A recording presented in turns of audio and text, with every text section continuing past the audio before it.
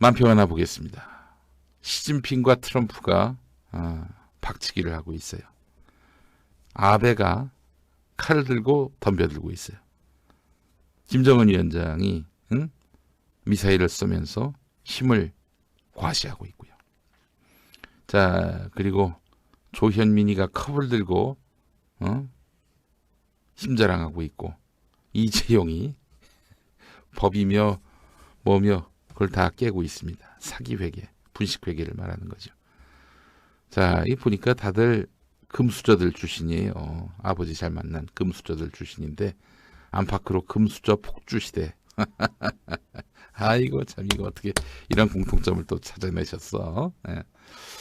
정상인이 없다 이 말씀하셨네요. 예, 장도리 박순찬 화백께서 말이죠. 네, 오늘 만평 살펴봤습니다. 이제부터는 좀 스트레스 좀 받으셔야겠어. 예, 종양일보하고 조선일보 칼럼을 좀 읽어드리려고. 예, 물론 이제 안구정화용 칼럼도 준비했습니다. 중앙일보 최상현의 시시각각.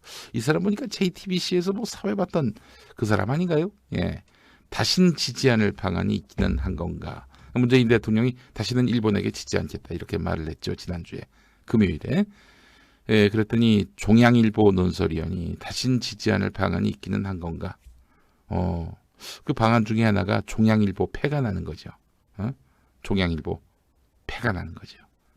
너희들처럼 아군에게 총질해대는 이런 새끼들만 없으면 됩니다. 그렇지 않아요? 당장 북한이 그렇다. 적폐청산이란 이름의 과거 계기는 지난 10년간의 보수 정권을 넘어서 해방 직후와 일제강점기, 동학혁명과 구한말까지 무한 확장됐다. 끊임없는 과거사 사죄 요구가 일본 경제 보복의 빌미가 된 것도 사실이다. 와, 이 부분 끝없는 과거사 사죄 요구가 일본 경제 보복의 빌미가 된 것도 사실이다. 끝없는 과거사 사죄 요구. 그러니까 이제 빤스 전광훈이가 한 말 있잖아요.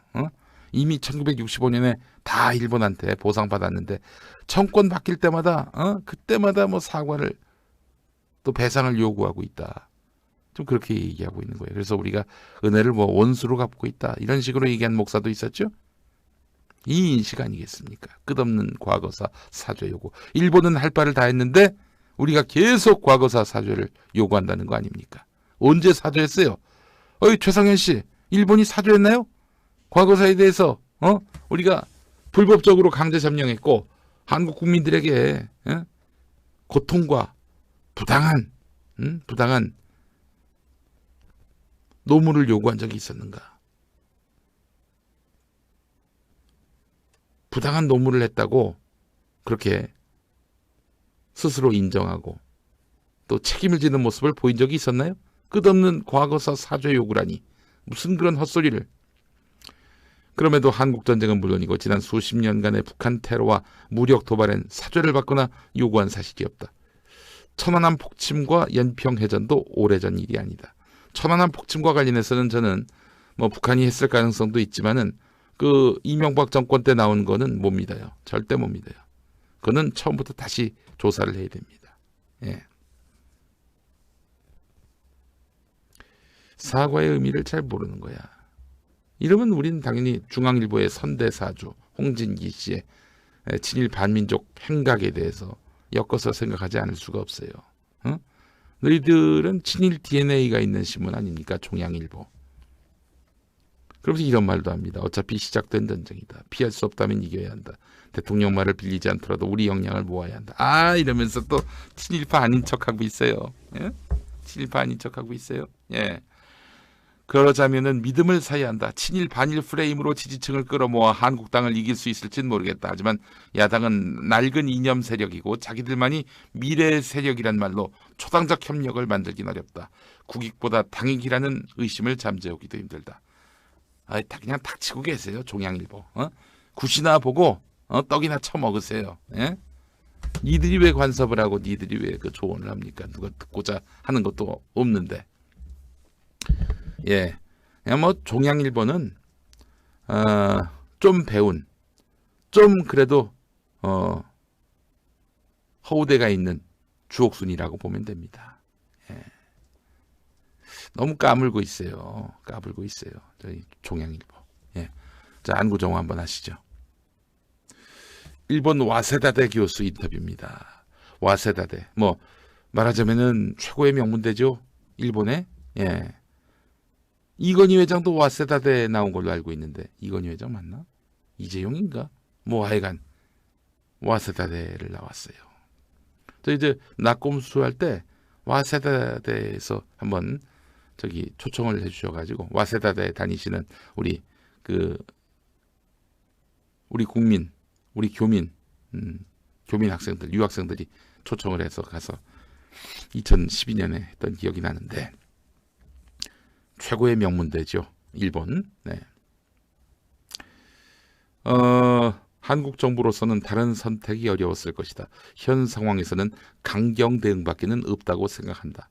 여기서 정부 비판 등 다른 얘기가 나오면 일본이 역이용할 뿐이다. 한국이 반드시 이겨야 하고 최소한 비겨야 한다. 어이, 종양일보 최상현 듣고 있나? 정부 비판 등 다른 얘기가 나오면 일본이 역이용할 뿐이라고. 왜 이적 행위를 하시나? 최상현 씨. 그냥 굿이나 보고 떡이나 쳐드세요. 어제 방금 또 어떤 분이 보내주셨는데 귀한 또 뭘 보내셨지? 그래요. 오지마 삼겹살님 10,000원. 주옥순의 점점점. 네. 인용하기 쉽지 않은 말을 하셨어요. 예, 알겠습니다. 박상준 와세다대 교수 인터뷰 계속 소개합니다. 서로 피해를 볼 것이다. 단기적으로는 한국이 불리하지만 장기적으로는 더 유리할 것이다. 내가 한국인이라서 그렇게 생각하는지 모르겠다. 일본으로서는 한국이 미국, 유럽에 이어서 세 번째로 무역 흑자가 큰 나라여서 포기하기 힘들다. 또 일본 피해는 주로 중소, 중견기업이 받는다. 네, 일본의 중소기업, 일본의 중견기업이 받는데 반면 한국은 삼성, SK 같은 대기업에서 어떻게든 대처할 것이다. 그러니까 중소, 중견기업이 이 국가 간 경제 분쟁으로 인해서 리스크가 생겼을 때 혼자서 감당할 수가 없지. 누가 도와주지 않는 이상. 그러나 삼성이나 SK는 세계적인 대기업이기 때문에 여기는 뭐 일본이 저 분쟁을 벌이든 말든 타격이 크지 않다는 거예요. 어떻게든 해법을 찾을 거란 말이죠. 일본의 화이트리스트 배제로 수출 심사가 까다로워질 수 있지만 수출 중단은 없을 것이다. 그렇게 하면 명백한 세계 무역기구 위반이다. 일본이 한국의 금융시장을 공격할 가능성도 제기되고 있는데 그 가능성은 낮다고 본다. 일본이 자금을 회수하면 손해를 감수해야 한다. 그러니까요, 여러분. 금융위기 같은 거는 그냥 호사가들이 하는 얘기예요. 그런 일 없습니다. 불가능해요. 그 설령 그렇게 한다 하더라도 일본의 자금을 다 한국에서 뺀다 하더라도 아니 일본만 나라입니까? 일본만 나라예요. 그렇진 않죠. 아니 뭐 의지 한국인 갈 것도 없어요. 현실만 잘 따져도 현실을 계산기로 두드려 보면은 답이 다 나옵니다. 아무 문제 없어요. 자, 박상준 와세다대 교수의 인터뷰를 들으시면서 나부랭이 최상현의 말에 빈정상하신 분들 어떻게 안구정화가 되셨습니까? 또 다시 또 개소리를 하나 접하셔야 합니다. 박정훈이라고 박정훈 네 아시죠? 조선일보 예. 전쟁은 입으로 하지 않는다. 유재종님 2,000원 감사합니다. 고맙습니다. 예. 자 박정훈 칼럼 전쟁은 입으로 하지 않는다. 지금 문재인 대통령이 전쟁을 입으로 한다라는 얘기 아니에요? 일본과의 경제전쟁은 해서는 안 될 싸움이었다. 두 나라 정권이 도박과도 같은 치킨 게임을 벌이며 양국민과 기업을 전쟁터로 몰아넣었다. 이런 족같은 신문은 진짜 이건 진짜 야 일본이 먼저 도발한 거야. 도발 걸어오면 가만히 있어야 되니? 어이 일본 신문 조선일보 당신들은 일본의 입장을 대변해서 싸우지 말아야 한다. 상대가 안 된다 씨발 이러겠지. 근데 우린 가만히 있어야 돼? 싸움을 걸어왔는데 이 씨발. 자, 집권 여당은 아베가 사면 초과에 몰렸다거나 일본은 곧 망할 것이라며 정신승리 화법에 빠졌다. 누가 그런 말을 했어? 일본은 곧 망할 것이라고. 그 말 앞뒤 맥락을 제대로 살펴봐야지. 어? 지금 일본 망하게 하자고 지금 집권 여당이 이러는 거야? 그러면서 관제 매체들이래요. 관제 매체들. 관제 매체들이라고 하는 건 이제 아마 한겨레나 경향신문 같은 매체들을 말하는 거겠지. 어? 또는 공영방송 얘기하는 거겠지. 야, 청와대가 어디가 청와대가 그랬냐, 여당이 그랬냐, 언제 방송신문에다가 이 논조대로 보도하라고 그랬어. 그런 적 없어. 관제매체라는 건 존재하지 않아. KTV 정도는 관제매체라고 할 수 있겠네요. KTV가 뭐 며칠이나 본다고. 관제매체들은 우리의 결연한 대응에 일본이 당황하고 있다. 이런 식의 가짜뉴스를 쏟아내고 있는데 일본 당황하고 있는 거 맞습니다. 조선일보 박정훈 씨, 일본 당황하고 있어요. 임진왜란 때 신립장군이 외놈 조총은 쏘는 대로 다 맞는답디까? 라고 했다. 그 조총에 의해서 신립의 기마부대가 괴멸당했다. 보고 싶은 것만 보는 것은 필패로 가는 길이다. 권희경님 55,000원 감사합니다. 이 새끼 봐라. 어이 박정훈 씨, 박정훈 씨, 지금이 임진왜란이야? 이 씨발 뭐 별의별 게 다 동원되네. 임진왜란이야 지금? 이순신 장군 얘기만 나오면 발끈하는 거예요. 개전 초기 일본한테 존나게 우리가 쫓겨가던 그 상황이고 싶은 거야, 씨발. 근데 결국 임진왜란 어떻게 됐어? 일본이 쫓기듯 도망갔어요. 패전했습니다. 도요토미 히데요시는 전쟁이 자기 뜻대로 안 되니까 열받아서 죽은 거 아닙니까? 그 뒤 일본은 우리한테 아주 잘 대접해주면서 조선통신사가 그랬던 거 아니에요. 예의를 갖췄어요. 백기를 들었습니다. 일본이. 우리가 이겼습니다. 한마디로 얘기해서. 우리도 물론 큰 상처를 입었지만은 그러나 다시는 침략 같은 거 안 하잖아요. 이제 그 뒤로 그 다음에 나중에 이제 19세기 말 20세기 초 그때 또 까불긴 했습니다만. 자, 박정훈 칼럼 계속 보겠습니다. 낙관은커녕 우리가 처한 현실은 불리한 조건으로 가득 차 있다. 주력전사로 뛰어야 할 기업 역량부터 절대 열세다. 유일한 희망은 기업들이 죽을 힘을 다해서 선전해주는 것뿐이다. 기업들이 어떻게든 버티고 살아남아서 일본이 노리는 산업 생태계를 온전히 지켜줘야 한다. 기막힌 것은 기업들이 밖과 싸우기 전에 내부의 적 때문에 기진맥진하다는 것이다. 전쟁을 하겠다는 정부가 인건비를 높이고 세금을 늘리고 근로시간을 강제 단축하고 최악의 노동환경 기준을 들이대며 기업들 힘을 빼고 있다. 자, 여러분, 저 위에 그 그래픽은요, 딴 데서 가져온 그래픽이에요.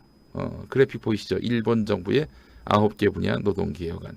이 씨발, 박정훈 씨, 일본은 어떻게 하는지 한번 봅시다. 일본이 지금 어떻게 노동개혁을 하려고 하는지 보자고. 여기선 노동개혁을 막 해고하기 쉬운 노동개혁을 얘기하는데 일본은 과연 그런지 한번 보자고. 자, 한번 봐봐. 비정규직 처우 개선, 동일노동 동일임금을 도입하기로 했어요. 이 대한민국 땅에서는 아마 다음 세기가 가도 이루어지기 어려울 동일노동 동일임금이 도입된다는 겁니다. 임금 인상, 최저임금 연 3% 인상, 최저시급 1,000엔, 약 10,000원. 이 씨발 도리어 깎자고 하는 인간들, 그 인간들이 바로 조선일보 아닙니까? 최저시급 10,000원이군요. 연 3% 인상. 자, 그래요. 아베 정권 때 얘기해요. 아베 정권. 시간 외 근로 규제, 월 45시간, 연간 360시간 원칙, 벌칙 조항 도입. 뭐 특별히 우리보다도 더 나은 건 없습니다만은 벌칙 조항이 있네. 벌칙 조항. 우리는 벌칙 조항이 있나요? 설령 더 근로시켜가지고 정말 처벌을 감수해야 하는 그런 상황인가요? 그런 환경인가요? 우리가? 이직 재취업 지원, 네. 이직자 받는 기업 지원, 정보 제공 강화, 유연 근무, 재택 등 원거리 근무 확대, 겸직 부업 확대. 야 씨발, 여성 청년 활약, 재교육 기회 확대, 취업 빙하기 세대 지원, 고령자 취업 활성화, 65세 이후 연속 채용 청년 연장, 일과 가족의 양립, 보육사 요양사 임금 저하 개선. 기업들 보고 이거 책임지라고 하면 펄펄 뛰겠지. 조선 안 그래? 아베는 전반적으로 이 노동 정책에 있어서는 진보예요. 지금 우리 진보적인 그런 뭐 노동단체라든지 이런 데서 요구하는 거를 일본은 지금 실행에 옮기고 있는 중입니다. 좋다 이 씨발. 야, 일본이 이렇게 하고 있어. 응?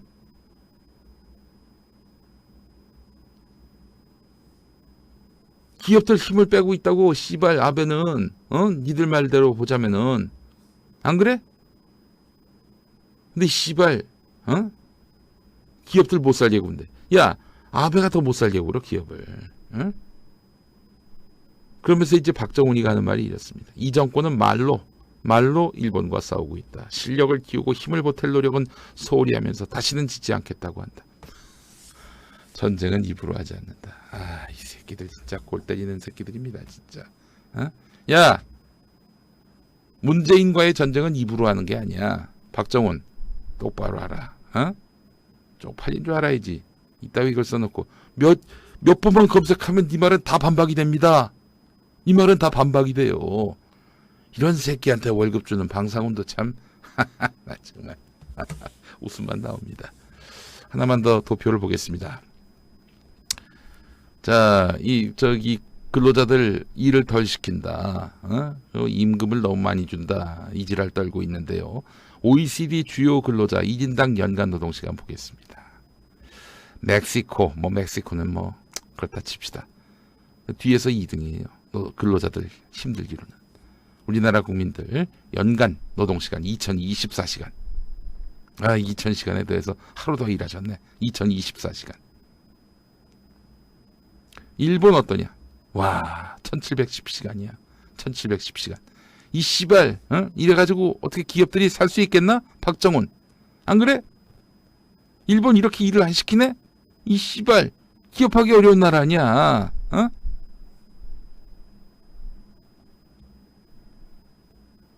자, 2017년 기준입니다. 2017년 기준이에요. 이보다 더 좋아졌다? 물론 이제 주 52시간제가 도입되면서 많이 나아지려 하겠죠. 그랬던 나라였습니다. 근데 주 52시간 제도에 대해서 조선일보가 진작에 도입했어야 할 그런 친노동 정책이다. 이러면서 칭찬한 적 있나요? 어이 박정훈 씨, 전쟁은 입으로 하는 게 아니야. 전쟁은 입으로 하는 게 아니라고. 어디서 촛도 모르는 게 논설위원이랍시고 개소리를 짓거려 지면에다가 종이 아깝게. 씨발. 오지마 삼겹살님 10,000원 감사합니다. 고맙습니다. 저 열불나네요. 진짜 열불납니다. 제가 김용민 브리핑 어제 오프닝 멘트에서도 얘기했습니다만은 우리나라 신문들 빨리 없어져야 됩니다. 정말. 망할 신문들은 빨리 정리가 돼야 돼요.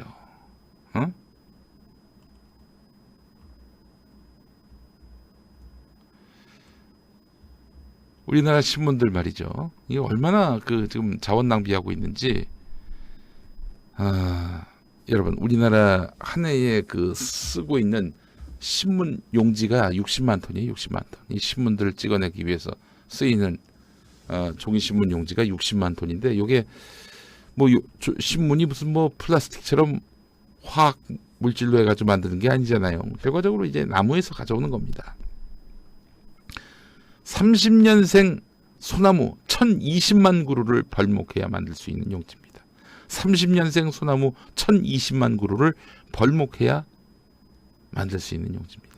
하나의 이 쓰레기들을 위해서 1020만 그루가 벌목돼야 돼요. 이 씨발, 이슈 찍어내가지고 바로 계란판 공장으로 가는 이런 신문 없애는 게 낫지 않습니까, 여러분? 네, 조선일보 폐간은 환경 보호를 위해서도 절실해 보입니다. 자, 이제 한겨레 칼럼 하나 더 보겠습니다. 이 칼럼 쓰신 분이 이름이 안재승, 네, 안재승 한겨레 논설위원입니다. 예, 안재승 논설위원의 칼럼. 그러니까 우리 경제를 비하하지 말자. 이게 최상현하고 박정훈한테 하는 얘기입니다. 한겨레 칼럼 보겠습니다. 우리나라는 국민 총소득이 세계에서 7번째다. 어이구, 세계 10대. 경제소득, 국민 총소득 면에서 보면은 국민 총소득 면에서 보면은 세계 10위 안에 든 나라입니다. 3050 클럽, 인구 5천만 명 이상, 1인당 총소득 3만 달러 이상. 다시 3050 클럽, 인구 5천만 명 이상, 1인당 국민 총소득 3만 달러 이상에 들어갔어요. 외환 보유액은 지난 7월 말 기준으로 4,031억 달러, 세계 9위. 외환 위기 때보다도 30배나, 20배나 많습니다. 외환 위기 때보다도 20배가 많아요. 단기 외채 비율은 3월 말 기준 31.6%로 외환 위기 때 286%와 도저히 비교할 수가 없을 정도로 낮습니다. 국가 부도 위험 가능성을 간접적으로 보여주는 신용 부도 스와프 프리미엄도 최근 며칠 오르긴 했지만은 34bp로 매우 안정적인 수준입니다. 순대외 금융 자산 사상 최대를 기록했어요.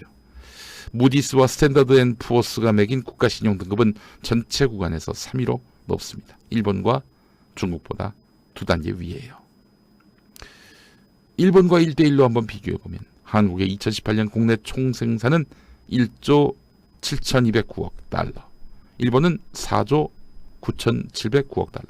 일본이 우리보다 2.9배 많은데, 근데 이제 인구가 2.4배 많은 거, 이걸 감안해야 됩니다. 뭐 그렇다 해도 일본이 뭐 앞선다고 합시다. 하지만 이건 계속 좁혀지고 있는 추세예요.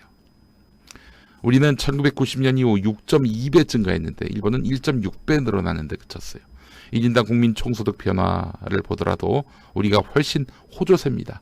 한국은 2018년 33,434달러로 41,340달러인 일본의 81% 수준입니다. 많이 따라갔어요.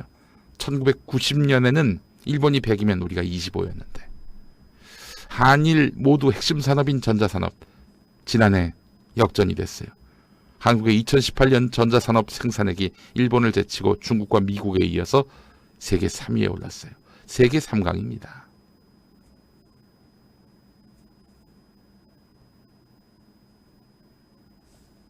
대단한 나라입니다, 우리나라가. 우리 경제가 뭐 어렵다, 힘들다 그래도 여기까지 왔어요. 일본하고 거의 어깨를 나란히 하게 됐어요. 무슨 50년 기술 격차? 좆가고 있네. 그거는 일정 특정 분야 몇몇에 해당하는 거지. 몇몇에 해당하는 것이지 전체가 다 그렇다는 건 아니에요. 자, 칼럼 또 계속 보겠습니다. 이런 마당에 현실성이 낮은 일본의 금융 보복설까지 퍼뜨린다. 더 큰 피해를 입기 전에 아베 정권에게 수그리자고 목소리를 낸다. 누구예요? 조선 종양이지. 물론 한국 경제는 여러 문제점을 안고 있다. 당장 일본의 경제 보복을 통해서 소재, 부품 산업의 취약성. 그러니까 일본한테 너무 의지를 해왔던 거죠. 의존해왔던 거예요. 반도체 의존도가 지나치게 높은 데다가 주력 제조업의 경쟁력이 떨어지고 있는 것. 뭐 조선이라든지 철강이라든지 자동차라든지 이런 제조업의 경쟁력이 떨어지고 있는 점. 이것도 걱정을 해야 되는 거예요. 또 지나치게 반도체에 의존하고 있다는 것. 이것도 문제고요. 게다가 최근에 경기 하강 속도마저 빨라져서 걱정인데 이게 우리만 이런 게 아니라 전 세계가 다 하방 추세를 보이고 있어요. 하지만 경제에 문제가 없는 나라는 없어요. 우리나라뿐이 아니라 전 세계적 현상이라니까. 우리 경제를 근거 없이 비하하거나 공포감을 조장하는 것은 백해무익하다. 네, 안재승 논설위원의 한겨레 칼럼 함께 보셨습니다. 자, 5시 5분에 KBS 1라디오 김용민 라이브 오늘도 생방송이 있습니다. 많은 시청 바라고요. 자, 일요일 오전 11시에 한빛교회와 함께 벙커원교회가 평화통일 예배를 드립니다. 이 실황을 한빛교회로부터 생중계할 예정입니다. 오지마 삼겹살님 만원 감사합니다. 고맙습니다. 네. 자, 평화나무 빤스 티셔츠, 빤스란 말이 일본 말이니까 팬티 티셔츠 여러분들께 또 판매하고 있습니다. 평화나무 수익금으로 다 쓰입니다. 김용민이가 한 푼도 먹는 거 없어요. 여러분 많이 도와주시기 바라겠습니다. 김용민이가 뭐 평화나무에서 월급 받는 줄 아십니까? 안 받아요. 그래서 전혀 평화나무와 관련해서 이득을 취하는 바가 없습니다. 예. 금전적 이득을 취하는 바가 없어요. 예. 팬티 티셔츠 많이 사주시기 바라겠습니다. 시선을 한 몸에 다 받아요. 예. 자, 서울신문 보겠습니다. 호반건설그룹이 지금 서울신문에 표적이 되고 있는데요. 한국토지주택공사의 신도시 공공택지 지구에서 수조 원대의 분양 수익을 거둔 사실이 확인됐는데 아파트, 주상복합빌딩, 오피스텔 분양 수익을 거뒀는데 이 중에 1조 넘는 돈을 회장 부부 회사에서 자녀들 회사로 넘긴 것으로 드러났다고 합니다. 서민들의 주거 안정을 위해서 국민들의 혈세로 조성한 신도시 공공택지지구가 일부 신흥재벌의 신종 대물림 수단으로 전락한 셈인데 호반건설그룹이 이처럼 신종수법을 이용해서 과거 재벌들 못지않게 편법적으로 부를 대물림하고 있는데도 공정거래위원회가 손 놓고 있었다고 합니다. 건설사 관계자는 전체 아파트 분양 매출의 절반이 아버지 회사에서 받은 사업으로 진행된 건데 자녀 회사들이 그렇게 아버지 회사 덕을 받았다는 거죠. 일감 몰아주기, 일감 떼어주기 이걸 통해서 이득을 얻은 거라고 봐야 되는 거 아니겠습니까? 특히 공공택지가 서민들의 주거 안정이라는 공익적 목적에서 조성됐다는 점에서 이 같은 막대한 이익 실현은 문제가 크다. 이렇게 건설사 관계자가 얘기했습니다. 자, 아들 회사가 넘겨받은 땅은 대부분 수익성이 좋아서 알짜 공동주택용지로 분석이 됐는데 경실련에 따르면 호반건설 당시 LH 공동택지 분양 수익률은 25.8%인데 호반건설로부터 매입한 땅에서 진행된 분양 사업은 26.9%, 1%포인트 이상 높았다는 거예요. 이와 관련해서 경실련 건설개혁본부 팀장은 벌떼 입찰과 계열사 간 거래를 통해서 자녀 회사에 땅을 몰아주는 것은 분명 문제가 있다. 제도 개선과 함께 철저한 조사가 필요하다. 이런 말을 했습니다. 이 건설사의 그런 부당한 행태는 과연 호반만의 일인가 하는 생각이 듭니다. 지금 호반건설이 서울신문 먹으려고 야금야금 접근해 오고 있는데 서울신문 구성원들이 뜸 모아서 호반건설의 그 민낯을 드러내고 있네요.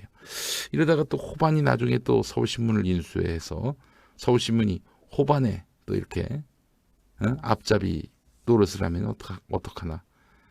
예, 서울신문 구성원들의 정말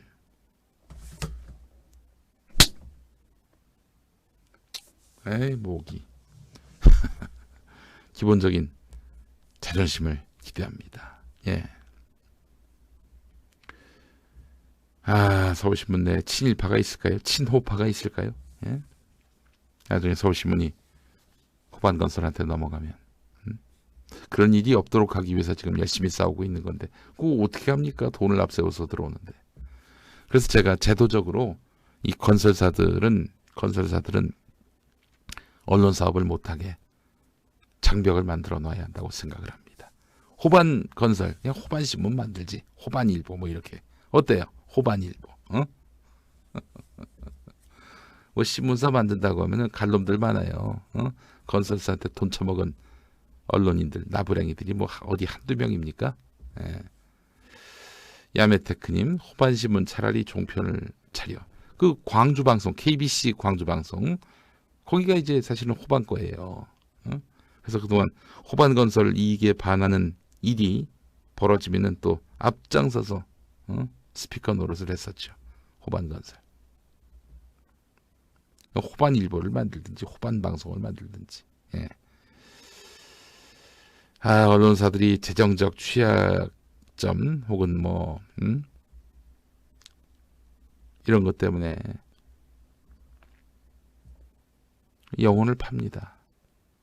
여러분, 이런 언론을 믿을 수 있겠습니까? 믿지 마세요. 예. 어느 누구도 믿지 마세요. 이제는 국민들이 정보를 접하고 그 정보를 잘 검증해서 믿을 것만 믿는 그런 시대가 온 것 같아요. 예.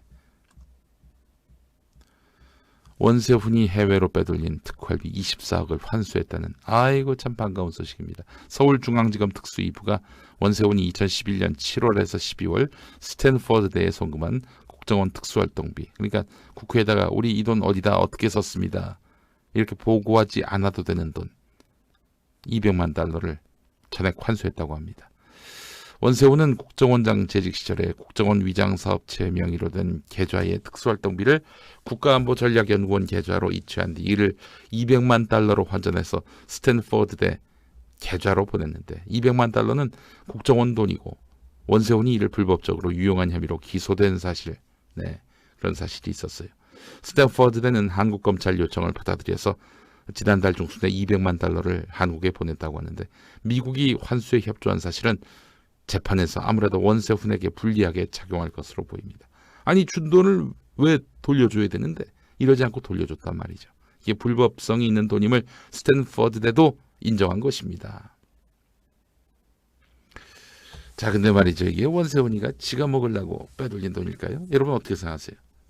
원세훈이가 지가 먹으려고 200만 달러를 외국에 보냈을까요? 아니면 이명박 심부름으로 한 것일까요?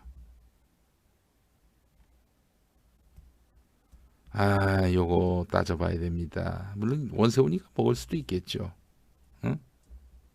원세훈이가 먹고자 그랬을 수도 있겠죠. 그러나 제가 봤을 때는 그럴 가능성보다는 그의 주군을 위해서 빼돌린 게 아닌가.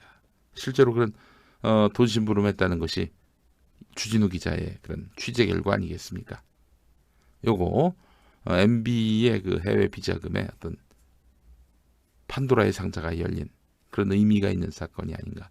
검찰이 들여다봤으면 좋겠습니다. 정유라가 뭐 최순실한테 편지 받았잖아요. 뭐 얼마를 갖고 어떻게 써라 30억 얘기 나왔고 최순실이 해외에 빼돌린 돈 이것도 탈탈 털어서 국고에 환수한다. 그러면 뭐 검찰의 국민의 그 어떤 신임이 하늘을 찌르게 되겠죠. 자, 그래요. 이제 날씨 전해드릴 시간 됐습니다. 네, 오늘의 날씨 불볕더위가 또 예상이 됩니다. 오늘 같은 날 밖에 많이 다니진 마시고요. 예, 정말 요즘 아주 드세요. 날씨가 정말 전국에 폭염특보가 내려진 상태입니다. 주말에도 폭염이 이어질 것으로 보이는데요. 지역별 낮 최고 기온은 서울과 강릉, 대전, 대구가 35도, 광주 34도, 부산은 33도까지 오르겠습니다. 내일은 서울 낮 기온이 37도로 예상되는 등 중부지방은 오늘보다 더 덥겠습니다. 오늘은 전국에 구름이 많이 끼는 가운데 오후에 소나기가 오는 곳이 많겠습니다. 소나기가 내리는 동안에 벼락이 치는 곳도 있겠고 최고 50mm까지 쏟아지는 곳도 있다고 하니까 안전사고에 유의하시기 바라겠습니다. 내일도 중부 내륙 지역에 곳에 따라 소나기가 오는 곳이 있겠습니다. 자, 일주일치 김용민의 뉴스 브리핑 이제 마무리할 시간이 됐습니다. 수고 많이 하셨고요. 다음 주에 또 뵙도록 하겠습니다. 특별히 이번 주 일요일 평화통일 주일 예배 또 많은 시청을 바라겠습니다. 여러분 고맙습니다. 열심히 사셨어요. 다음 주에 뵙겠습니다.